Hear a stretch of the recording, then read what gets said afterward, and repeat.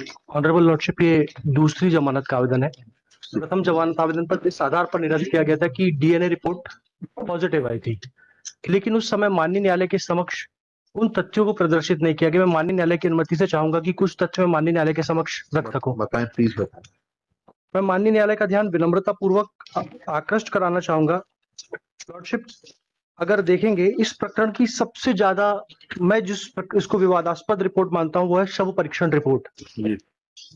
Honourable lordship, कृपया कर इस रिपोर्ट पर आप दृष्टिपात करेंगे जी। तो दिनांक 9। आप कहाँ से बता रहे हैं? सर, मैं छिंदवाड़ा से हूँ, मेरा नाम पीयूष शर्मा है सर। जी जी। लॉर्डशिप, इस मृतिका की पोस्टमार्टम दिनांक 9/4/2021 को 3 डॉक्टरों की टीम द्वारा रात 11:30 बजे की गई। लॉर्डशिप, सबसे पहला प्रश्न उठता है माननीय न्यायालय के समक्ष। ये माननीय न्यायालय के समक्ष अभियोजन ये बात नहीं बता पाया कि आपको रात 11:30 बजे, जहां पर पर्याप्त रोशनी और पर्याप्त प्रकाश की व्यवस्था उपलब्ध नहीं थी, बिना किसी मजिस्ट्रेट की परमिशन लिए आपने पोस्टमार्टम रिपोर्ट कैसे कंडक्ट की? पहला सवाल मेरा माननीय न्यायालय के समक्ष ये है। दूसरा लॉर्डशिप, ये कहते हैं अपनी ही इस रिपोर्ट में कि 100% बर्न इंजरी का केस है। लॉर्डशिप, श्रीमान माननीय न्यायालय से मैं इसी परीक्षा का तीसरा नंबर का जो पेज है उस पर आपका ध्यान आकृष्ट कराना चाहूंगा। ये लिखते हैं कॉलम नंबर 11 में बाहरी और भीतरी जननेंद्रिय, उसमें ये अलग स्याही से लिखते हैं एनएडी, जिसका अगर माननीय न्यायालय के समक्ष मैं अर्थ स्पष्ट करता हूं तो वो लिखते हैं कि नॉट एनी एबनॉर्मेलिटी डिटेक्ट, लेकिन अगले ही नीचे ही कोई अन्य व्यक्ति लिखता है कि vaginal slide prepared and sealed handed over to police lady Sangeeta. Lordship, रात 11:30 बजे पोस्टमार्टम हो रहा है, लेकिन फिर मैं माननीय न्यायालय का ध्यान विनम्रता पूर्वक आकृष्ट कराना चाहूंगा। सर, संगीता युवनाती की जब्ती पर अगर आप दृष्टिपात करते हैं लॉर्डशिप, तो ये देखेंगे कि ये पोस्टमार्टम के पहले दोपहर 3:50 पर हो गई थी, जबकि पोस्टमार्टम रात 11:30 बजे हो रहा है। तो पुलिस के पास किसी भी महिला की वेजाइनल स्लाइड बनाने की क्या क्षमता थी? माननीय न्यायालय के समक्ष अभियोजन इस बात को स्पष्ट करने में पूर्णतः विफल रहा है कि पोस्टमार्टम तारीख बताइएगा। सर, 9/4/21 को 3:30 पर ही वेजाइनल स्लाइड प्रिपेयर कर रहे हैं सर। अच्छा। लेकिन कॉलम नंबर 13 में आप देखेंगे, कॉलम नंबर 13 में नमूना सील की जगह संगीता अंकित है, लेकिन थाने की सील नहीं लगी हुई है। माननीय न्यायालय से मैं विनम्रता पूर्वक आग्रह करना चाहूंगा, मेरा निवेदन है सर, ये चूंकि मेरा पहला अवसर है इसलिए अगर कोई दृष्टता हो तो क्षमा करें। आप बिल्कुल आराम से बहस करिए सर, डोंट वरी। लॉर्डशिप, मैं पहली चीज, ये जो मैंने तैयारी की थोड़ी सी, डॉक्टर पारिक और मोदी हैं, इनके मुताबिक जब इन्होंने अपनी किताब लिखी थी जिस पर ये डॉक्टर्स पढ़ाई करते हैं, इनमें इन्होंने लिखा था कि शुक्र के धब्बों की परीक्षा। लॉर्डशिप, ये बताते हैं कि स्पर्मेटोजोआ, जिसको शुक्राणु कहते हैं, इसकी उपस्थिति जानना कोई सरल कार्य नहीं है। इसके विरोधी तत्व जैसे कपड़ों का प्रकार, पुरानापन और प्रयोगशाला में पहुंचने तक वे धब्बे किन परिस्थितियों से गुजरे हैं, इस चीज को माननीय न्यायालय के समक्ष बताना बहुत आवश्यक होगा। लॉर्डशिप, पहली चीज ये उठती है कि आप 9/4/21 को मृतिका की पोस्टमार्टम रिपोर्ट कंडक्ट करने से पहले बिना सील बंद लिफाफा तैयार करे वेजाइनल स्लाइड प्रिपेयर करते हैं।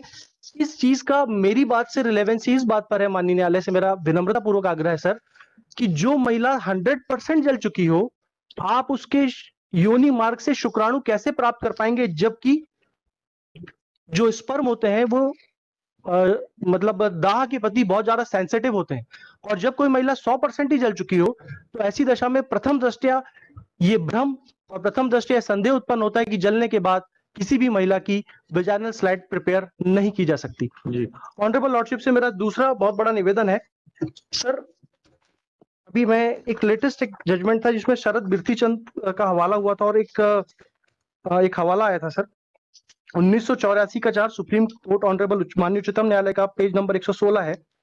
इसमें माननीय उच्चतम न्यायालय ने कहा है कि किसी माननीय न्यायालय के समक्ष अगर आप कोई भी प्रकरण पेश करते हैं जिसमें आप परिस्थिति जन्य साक्ष्यों की बात करते हैं, तो माननीय न्यायालय के समक्ष अभियोजन को यह स्पष्ट तौर पर बताना पड़ेगा कि केवल आप कह देने मात्र से कि कोई व्यक्ति अभियुक्त है, कह देने मात्र से कि कोई रिपोर्ट अभियुक्त के खिलाफ है, आप उसको अभियुक्त साबित नहीं कर सकते जब तक कि आपके पास चेन बाय चेन, कड़ी बाय कड़ी और साक्ष्य बाय साक्ष्य माननीय न्यायालय के समक्ष संदेह से परे कोई चीज प्रमाणित नहीं होती है। लॉर्डशिप, ठीक इसी तरह की प्रकृति का मामला था Hemant versus state of Madhya Pradesh, और माननीय उच्चतम न्यायालय ने अभी रवि कुमार सॉरी राहुल वाला केस था। प्लीज जी सर, ये copy versus state of sir ये वाली कॉपी सर को दीजिए। मैं माननीय न्यायालय से निवेदन करना चाहूंगा कि इस प्रकरण में माननीय उच्चतम न्यायालय ने ये कहा है, और मैं माननीय न्यायालय का इस जजमेंट की ओर ध्यान आकृष्ट कराना चाहूंगा सर। पूरे हिंदुस्तान के अंदर इस जजमेंट की बड़ी जोरों से चर्चा है, जिस मामले में माननीय उच्चतम न्यायालय ने, बताइए प्लीज सर इसमें माननीय उच्चतम न्यायालय ने डीएनए प्रोफाइलिंग को पेज नंबर 138 से डिस्कस करना शुरू किया था, और उसमें 38 हाँ सर, मतलब वो शायद कंडिका क्रमांक 138 से सर। हाँ जी उसमें उन्होंने डीएनए प्रोफाइलिंग पद्धति के बारे में बताया सर। जी।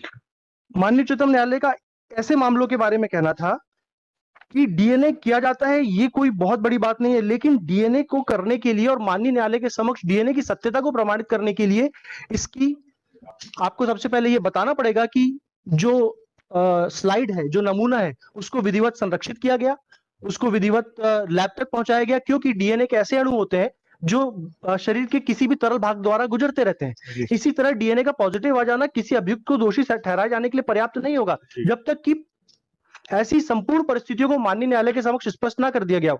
लॉर्डशिप, इस पूरे प्रकरण में जो मैंने माननीय न्यायालय के समक्ष अभी प्रकरण प्रस्तुत किया है, उसमें भी 5 माह के विलंब के बाद ये जो सैंपल था पहुंचाया गया। लॉर्डशिप, इस प्रकरण में ना तो कोई सीलबंद लिफाफा है, और आफ्टर मतलब 4 माह के बाद सर ये इसकी डीएनए सैंपलिंग कराते हैं। ये इसकी रिपोर्ट आती है सर 20/9/2021 को। लॉर्डशिप, 20/9/2021 की आप रिपोर्ट देखेंगे, और 9/4 को महिला का पोस्टमार्टम रात 11:30 बजे हो रहा है साहब। 3 महीने तक ये कहां इस स्लाइड को रखे रहे बिना सीलबंद नमूने को जी थाने में रखा रहा। जी। थाने में जब आप रखे रहते हो तो नमूने से छेड़छाड़ करने की आशंका से इनकार नहीं किया जा सकता। और लॉर्डशिप, इस प्रकरण की सबसे बड़ी चीज ये आती है कि जब ये वेजाइनल स्लाइड और स्वैब बताते हैं, जबकि मैंने माननीय न्यायालय को पूर्व में निवेदन कर बताया था कि इन्होंने केवल सर स्लाइड प्रिपेयर की थी, स्वैब नहीं बनाया था सर। तो सर ये स्वैब इनको कहां से प्राप्त हो गया अतिरिक्त? इसका मतलब ये है कि अभियुक्त को झूठा बचाने के आशय से इन्होंने ये पूरी कथा रची है। लॉर्डशिप, इसके बाद जब ये जांच होती है, फिर ये स्लाइड वापस आता है। लॉर्डशिप, ये इसका ब्लड निकालते हैं।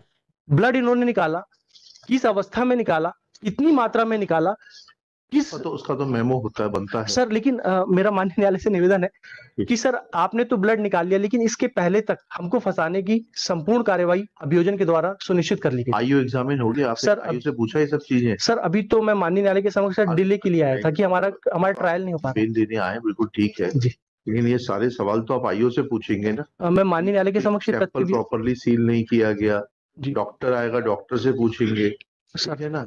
और सर आप उससे पूछेंगे, डॉक्टर से पूछेंगे कि 100% बर्न केस में जो है ये स्लाइड बनाई जा सकती है कि नहीं बनाई जा सकती, what will be the impact of the burn injuries on the efficacy of the sperms or the DNA material which has been recovered from the vagina of the victim। तो ये सब बातें तो आप वहां पूछेंगे। मैं माननीय न्यायालय से एक विनम्रता पूर्वक और एक निवेदन करूंगा। आप घटना बताते हैं साहब, अभियोजनी घटना बता रहा है, जिस दिनांक की घटना बता रहा है, ये बता रहा है सर। मैं माननीय न्यायालय से निवेदन करना चाहूंगा, माननीय न्यायालय ने अपने सुस्थापित सिद्धांतों पर बताया है कि जब आप कहते हैं तो संदेह से परे प्रकरण को माननीय न्यायालय के समक्ष प्रस्तुत कीजिए। नहीं, लेकिन सर, संदेह से परे नहीं है सर, ये प्रथम दृष्टया की बात कर रहा हूं सर। आप बता रहे हैं कि जो अप्रैल 2021 जिस समय पूरा लॉकडाउन लगा हुआ था, उस दिन आप लॉकडाउन के समय में घर में लड़की को अकेला छोड़कर कहीं जाते हैं। लॉर्डशिप, जब लॉर्डशिप वहां पे सब जगह लॉकडाउन लगा हुआ है, ऐसी दशा में कोई किसी व्यक्ति को अकेला नहीं छोड़ेगा। लेकिन तीसरी बात, मेरा माननीय न्यायालय से सिर्फ एक बात कहनी है कि जब आपके पास पोस्टमार्टम रिपोर्ट आ गई, आपने फैब्रिकेटेड स्टोरी बनाते हुए अभियुक्त को ब्लड सैंपल कराया, जिसमें भी काफी विलंब हुआ, ऐसी दशा में अभियुक्त माननीय न्यायालय से रहम की पात्रता रखता है, क्योंकि इसका सर कोई आपराधिक रिकॉर्ड नहीं है। माननीय न्यायालय से मेरा इस बात के लिए भी विनम्र आग्रह है कि सर, आज एक जो लड़का बहुत मेहनतकश मजदूरी के साथ अपना जीवन यापन करता है, उसको जिन आधारों पर माननीय न्यायालय के समक्ष उसका प्रकरण प्रस्तुत किया गया है, वो रहम के आधार पर और इस सद्भाविक आधार पर कि उसको लगभग 1 वर्ष हो गया है, ऐसी दशा में भी हम शायद माननीय न्यायालय से रहम की पात्रता रखते हैं। जो जितना आर्गुमेंट ले रहे हैं सर, उससे तो सब डॉक्टर और आईओ ही बता पाएगा। बाकी मेरिट पे तो सर जो 2 विटनेस हैं इसने पूरा बताया इसके ऊपर। बताया पढ़िए। और जो ये डिसीज है sir, aged about 15 years of age. लड़की तो माइनर है ना। कंसेंट तो 18 आएगी से नहीं। 15 साल की है। That's what I'm saying. Consent. और डीएनए रिपोर्ट हाँ, उसमें लिखिएगा, after hearing learned counsel for the parties and going through the record, it is evident that first bail application was dismissed due to finding of the concerned SFSL laboratory that DNA material found on the vaginal slide matches with the DNA material collected from the present applicant. Full stop. There is no change of circumstance. Though Shri Piyush Sharma has vehemently argued and has tried to raise doubt about the efficacy of the sampling procedure. Full stop. However, this efficacy of sampling procedure can be tested before the trial court and not in an bail application. Therefore, for the present, taking this fact into consideration that deceased was a minor aged about 15 years, there is evidence of establishment of physical relationship which has been confirmed in the form of DNA report, comma. It cannot be said that applicant is not guilty or prima facie not guilty of the offences charged with. Full stop. Application fails and is dismissed.